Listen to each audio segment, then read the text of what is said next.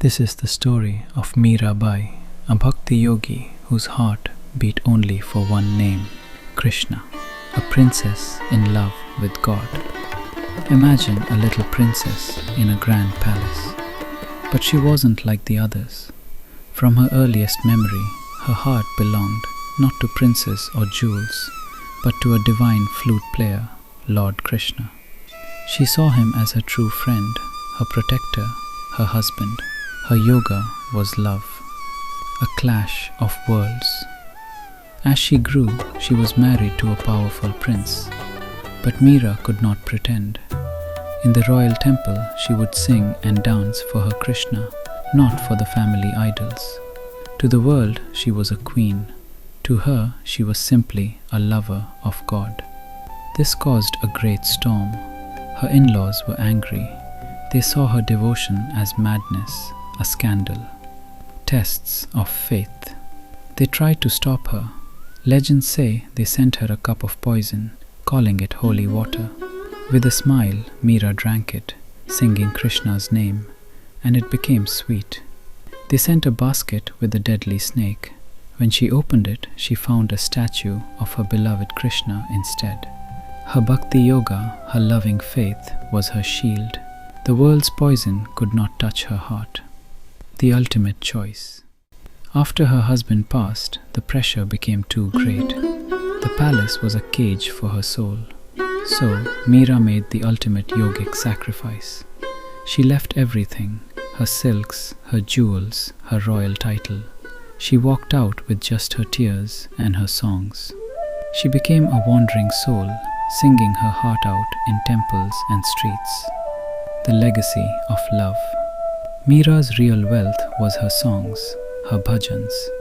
Simple, beautiful poems of longing and joy that anyone could sing. She showed that Bhakti Yoga is not about rituals in a temple. It is about making your own heart the temple.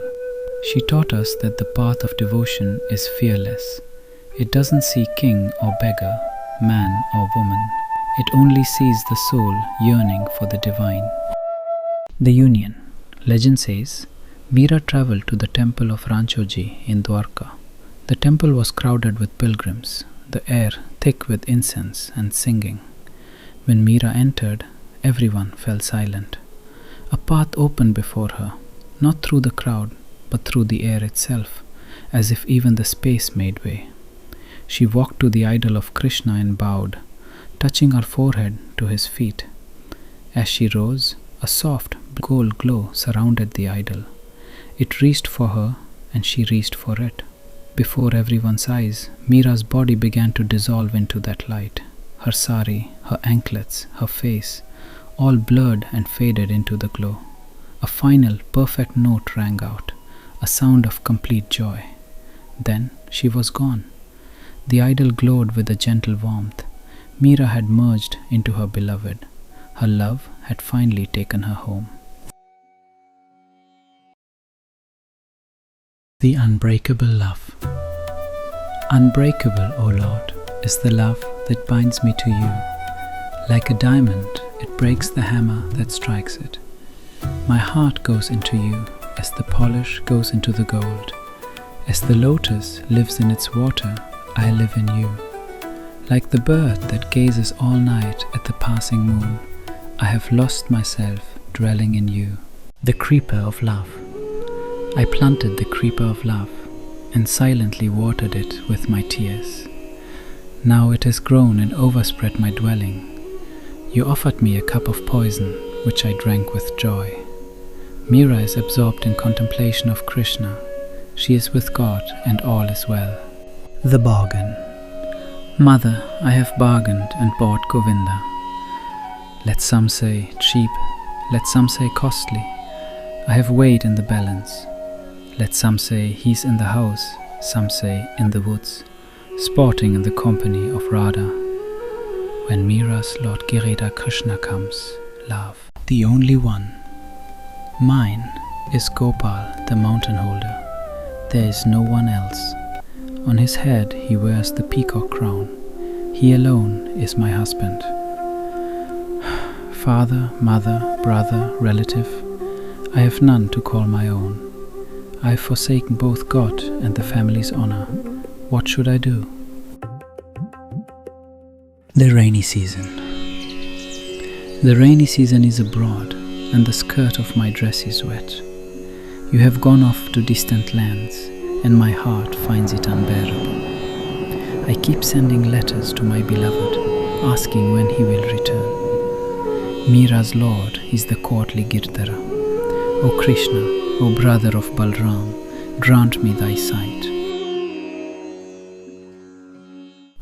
The madness of love. I am mad with love, and no one understands my plight. Only the wounded understand the agonies of the wounded when the fire rages in the heart. Only the jeweler knows the value of the jewel, not the one who lets it go. In pain I wander from door to door, but could not find a doctor. Says Meera, "Hearken, my master, Meera's pain will subside when Shyam comes as the doctor." Surrender. I send letters to my beloved, the dear Krishna, but he sends no message of reply, purposely preserving silence. I sweep his path in readiness and gaze till my eyes turn bloodshot. I have no peace by night or day, my heart is fit to break.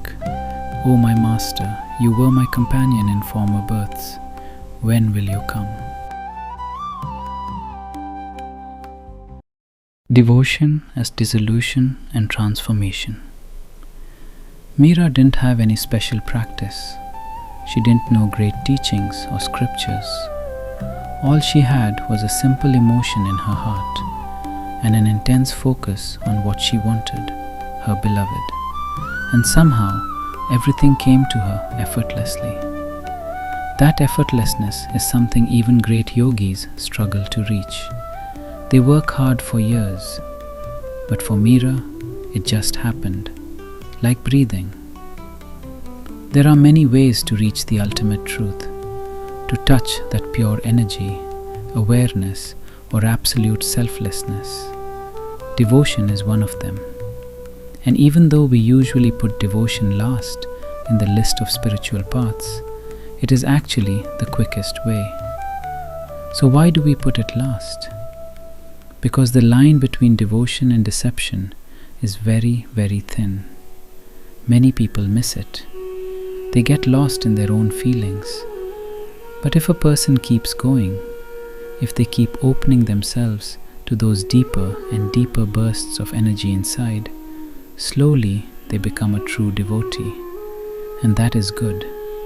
That is a different kind of wisdom, one that the logical mind can never understand. Devotees grasp life in a completely different way. Meera had bursts of devotion and bursts of confusion. That was her truth. But every time she held on to that devotional feeling, that spell, for long enough, she made it. That was her path. That was her way. Not through knowledge, not through discipline, but through a heart that simply refused to let go. Namasmarana. Namasmarana literally means remembrance of the divine name. It is the practice of repeating, chanting, or simply holding God's name, like Krishna, Rama, Hari, in one's mind or on one's lips, constantly, lovingly, and without effort. It is the core of Bhakti Yoga, especially in the traditions of saints like Meera Bai, Tukaram, and Chaitanya Mahaprabhu. How Namasmarana works. It cleans the mind. When you repeat a holy name, the chatter of ego, worry, and desire gradually fades. The name acts like a gentle rain washing dust off a mirror. It fills the heart with love. The name is not a magic spell, it is a beloved's name.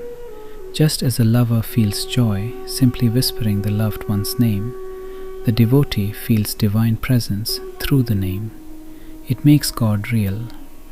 Constant remembrance blurs the line between God out there and God within. Eventually, the devotee sees the divine everywhere and in everything. How a devotee becomes enlightened with Namasmarana and singing bhajans. Through repetition, the ego dissolves. When you sing or chant for hours, the sense of "I am doing this" disappears. Only the song remains. Meera danced and sang until she forgot herself completely. The name becomes your breath. In advanced stages, the name repeats itself automatically, even in sleep. The devotee is never separate from the divine. This is constant smarana. Bhajans open the heart. Singing is not performance, it is emotional surrender. The melody, the rhythm, the tears, they bypass the intellect and touch the soul. Meera's bhajans were not poetry about Krishna, they were conversations with him. Enlightenment is the realization of oneness. When the devotee loves so deeply that the lover and the beloved become one, that is enlightenment. Meera said, "Mera tu giridhar gopala, dusra na koi." I have no one but Krishna. That single-pointed love burned away all illusion of separation.